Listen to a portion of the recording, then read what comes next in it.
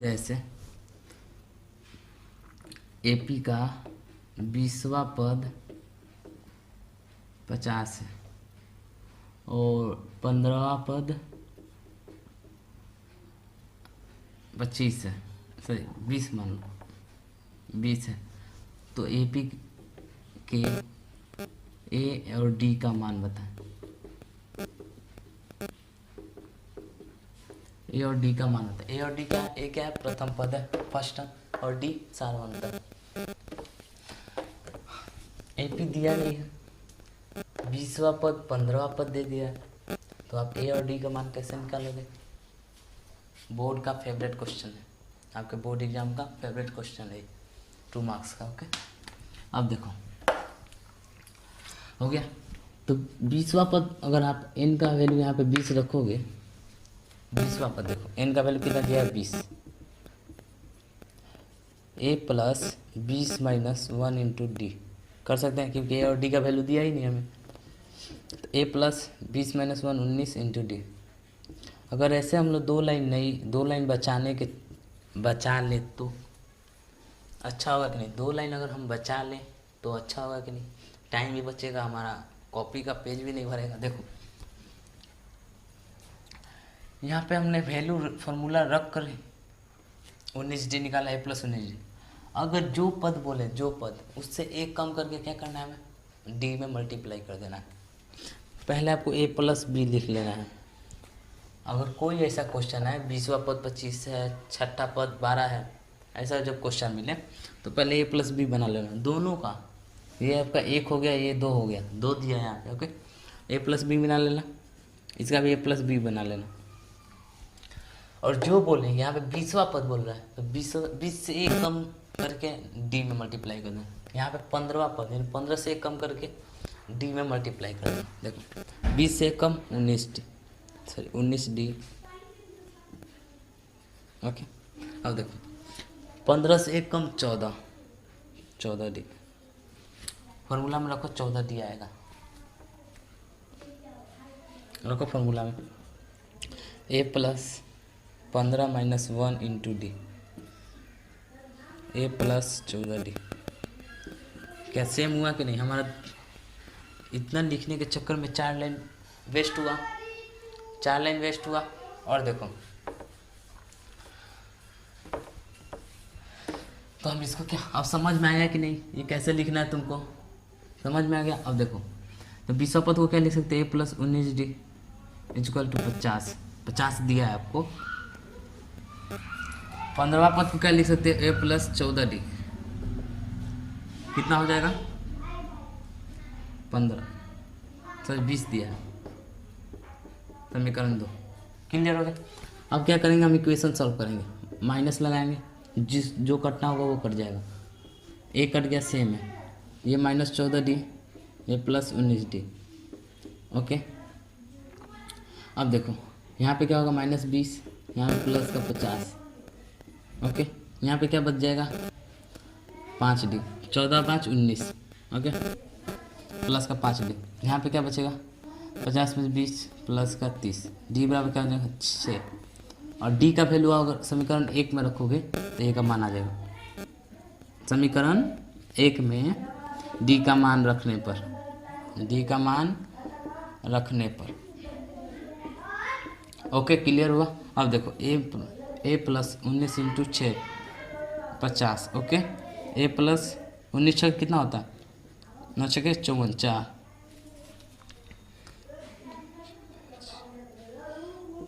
Okay, कितना हो गया? 114।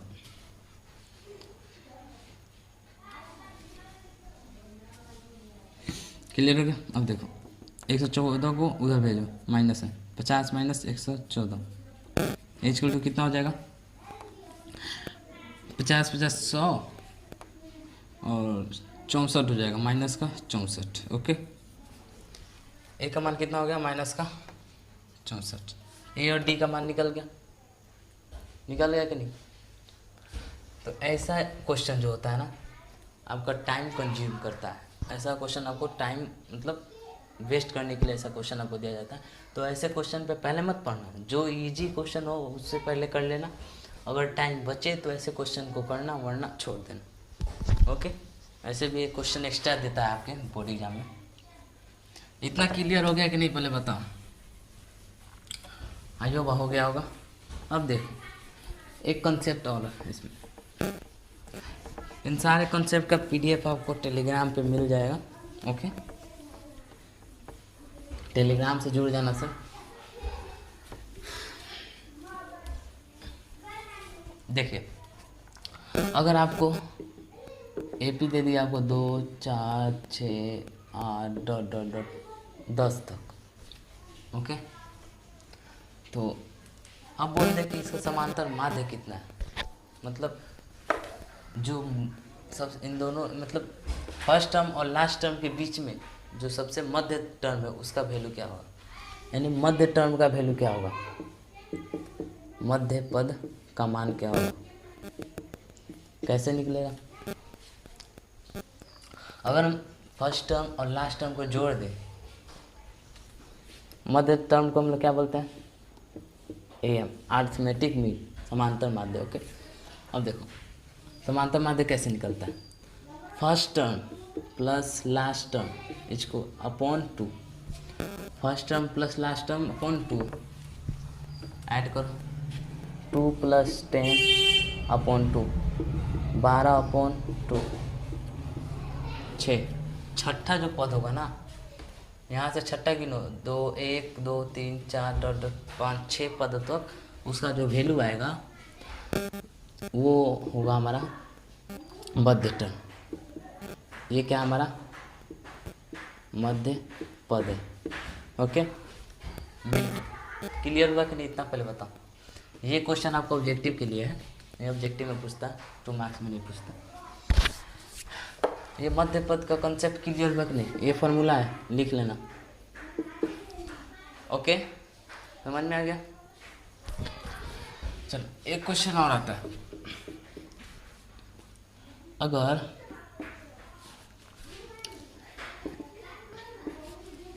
मान लीजिए 2 है और 5 है, ओके, 2 है और 5 है, इसके बीच में हम एक श्रेणी ले लेते हैं, 4 6 8 10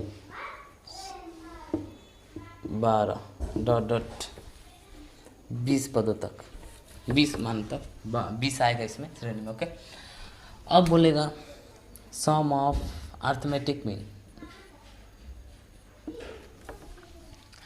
ए और बी के बीच में एन समांतर माध्य हैं। ये मान लो आप A1 A2 A3 A4 A5 dot dot dot N समांतर माध्य रखे हुए हैं।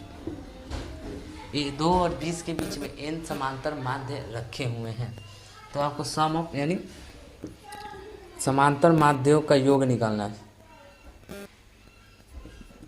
समांतर माध्यों का योग निकाले, मतलब समझ में आया? 2 और 20 के बीच में n समांतर माध्य रखे हुए हैं, अरिथमेटिक मीन रखे हुए हैं, तो इन सब का योग कितना होगा टोटल?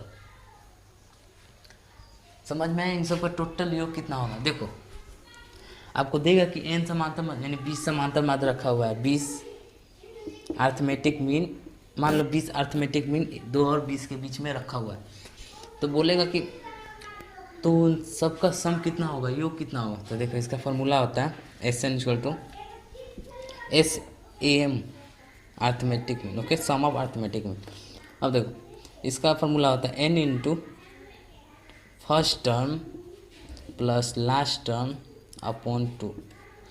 सुनना मेरी बात को, n into first term plus last term upon 2। Clear हुआ कि नहीं? First term plus last term upon 2। Okay, उसमें n क्या है यहाँ पे?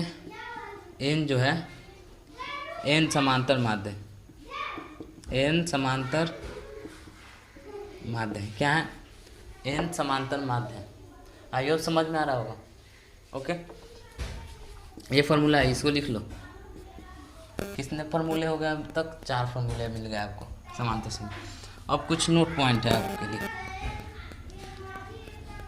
देखिए नोट पॉइंट है, अगर आप एपी में कोई भी कांस्टेंट वैल्यू से ऐड करते हैं, जोड़ते हैं, घटाते हैं, गुना करते हैं या भाग करते हैं, एपी में ही रहेगा वो श्रेणी। क्या होगा? एपी में ही रहेगा। ओके, नोट है, अगर आप किसी एपी में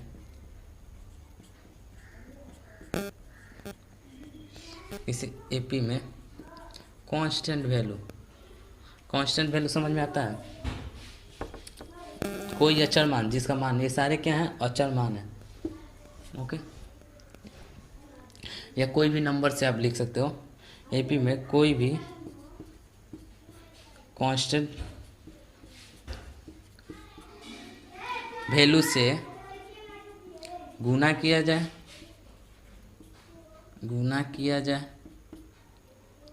या जोड़ा या घटाया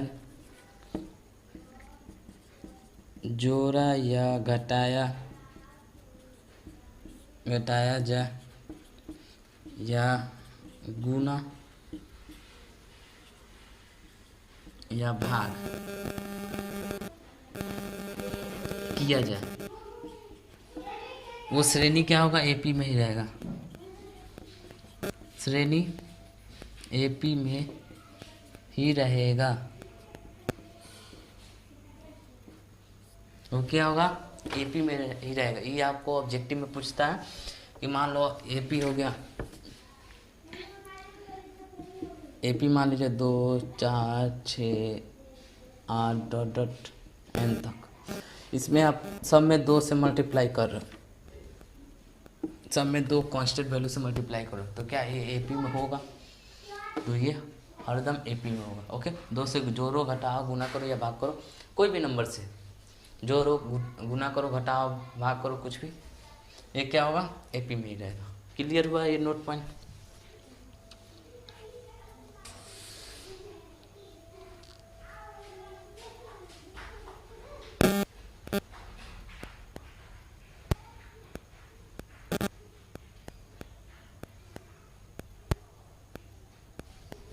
इतना क्लियर हुआ कि नहीं?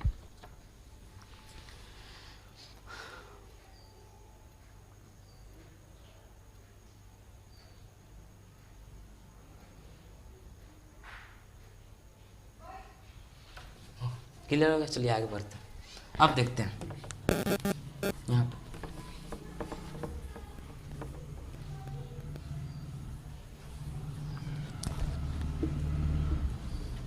देखो अगर आपको 2 एपी दे दे, यानी 2 समांतर श्रेणी दे दे, तो क्या होगा? मान लीजिए एपी 1 2, 4, 6, 8 डॉट डॉट एन तक, एपी 2 1, 2, 3, 4 डॉट डॉट एन तक। इन सब को जब ऐड करोगे तो ये क्या होगा? एपी में होगा या नहीं, ये क्वेश्चन है। इन दोनों को ऐड करोगे तो एपी में होगा या नहीं? ऐड कैसे करना है? फर्स्ट टर्म के साथ ऐड होगा, सेकंड टर्म के साथ ऐड होगा, थर्ड यानी एन टर्म के साथ ऐड होता है। ऐड करने का ये मेथड है। अब देखो इन दोनों को जोड़ोगे तो क्या आने वाला जो एपी होगा वो एपी में रहेगा या चेंज हो जाएगा? इन दोनों को ऐड करोगे तो एक एपी आएगा ना। 2 और 1 3, 4 और 2 6, 6 3 9, ये जो नंबर आ रहे हैं सारे एपी में रहेंगे कि नहीं, ये क्वेश्चन आता है। तो ये प्रॉपर्टीज है, अगर 2 एपी को जोड़ते हो, ओके, तो जो आने वाला श्रेणी होता है वो एपी में ही रहता है। क्या रहता है? वो एपी में रहता है। क्लियर हुआ कि नहीं? लिख लेना इस नोट पॉइंट को। कोई भी 2 समांतर श्रेणी को जोड़ने पर, लिखना इसको, कोई भी 2 समांतर श्रेणी को जोड़ने पर आने वाला समांतर श्रेणी एपी में ही रहता है। आने वाला समांतर श्रेणी एपी में ही रहता है। ओके,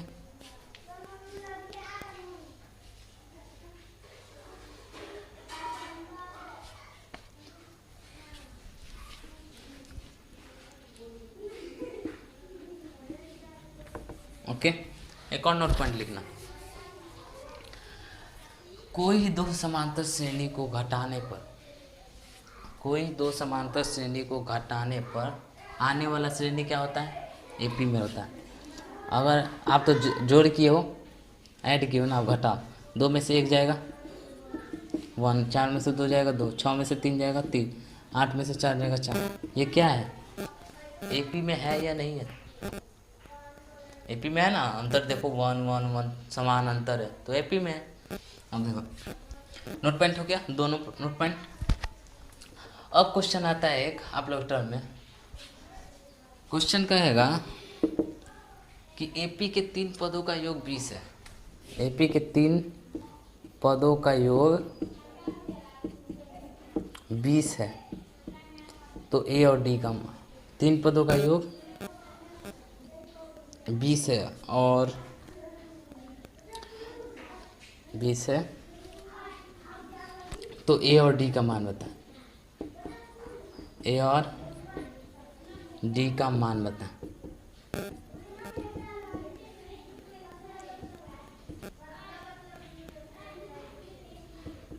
ए और डी का मान बताएं। ओके,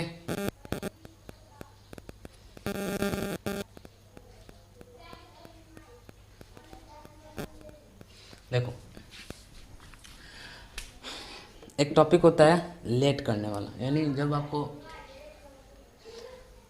टर्म ना दिया रहे समांतर श्रेणी का, ये 3 पदों का योग दिया, कौन सा 3 पद दिया है, 3 पद का वैल्यू तो नहीं ना दिया है, 3 पद ही, ये 3 पद नहीं है, ये क्वेश्चन है, 3 पदों का योग 20 है, तो ए और डी का मान निकालें।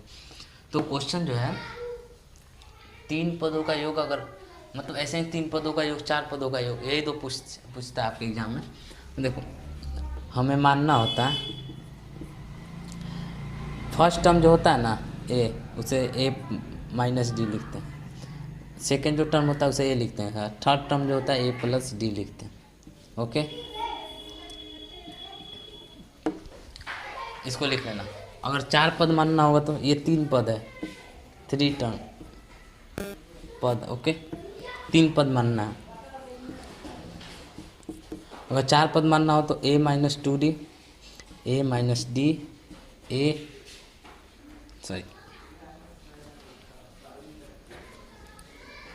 ए माइनस डी, ए प्लस डी, ए प्लस 2d। ओके, 4 पद मानना होगा, क्लियर हो गया। अब देखो 5 पद मानना है, 4 टर्म मानना है, 5 पद मानना है, तो ए माइनस 2d, ए माइनस डी, ए प्लस डी, ए प्लस 2d। ओके, ये 5 टर्म मानना है। अगर 3 पद बोलेगा, अगर जैसे आपको ये क्वेश्चन में नहीं दिया 3 पद कौन सा होगा, तो आपको ये 3 पदों लेना है, ये 3 पद आपको लेना है। अगर 5 पदों का योग दिया रहता तो 5 पद वाला लेना है ये अपने से। अगर दिया रहा है क्वेश्चन में तो नहीं लेना, जब नहीं दिया रहा है तो ये आपके सिलेबस में है। ओके, एनसीईआरटी सिलेबस में इन सारे पद को आपको मानना। ओके, ये लिख लेना, ये आपके लिए जो है, और इसको याद कर लेना। देखो इस पर एग्जाम्पल बताता हूँ, यही आपका लास्ट टॉपिक था, इस पर एग्जाम्पल देखते हैं, उसके बाद हमारा लेक्चर का सारा कॉन्सेप्ट क्लियर हो जाएगा। देखो 3 पदों का योग दिया ना, तो 3 पद क्या लेंगे, ए माइनस डी प्लस ए प्लस ए प्लस डी। कितना दिया है, 20 दिया है, तो हमें ए और डी का मान निकालना। ऐड करो, जो कट रहा है उसको काटो, डी प्लस माइनस कट गया, ए कितना हो गया 3, ए हो गया 20 का मान, ए का मान कितना हो जाएगा 20/3, क्या हो गया 20/3। अब ए का मान तो 20/3 हो गया। डी का मान पता कैसे चलेगा, डी का मान पता कैसे चलेगा, देखो डी का मान पता कैसे, आप फर्स्ट टर्म ले लो इसका, आप इसका फर्स्ट टर्म ले लो, ए माइनस डी। ओके,